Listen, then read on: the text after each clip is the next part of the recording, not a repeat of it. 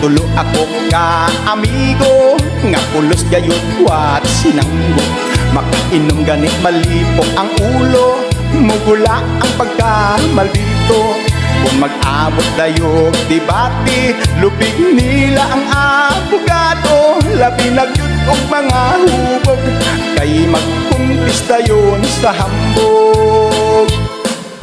Sa hinambog ay magdaog ka, ako waray lunggog ka, og Cebuano sab siya.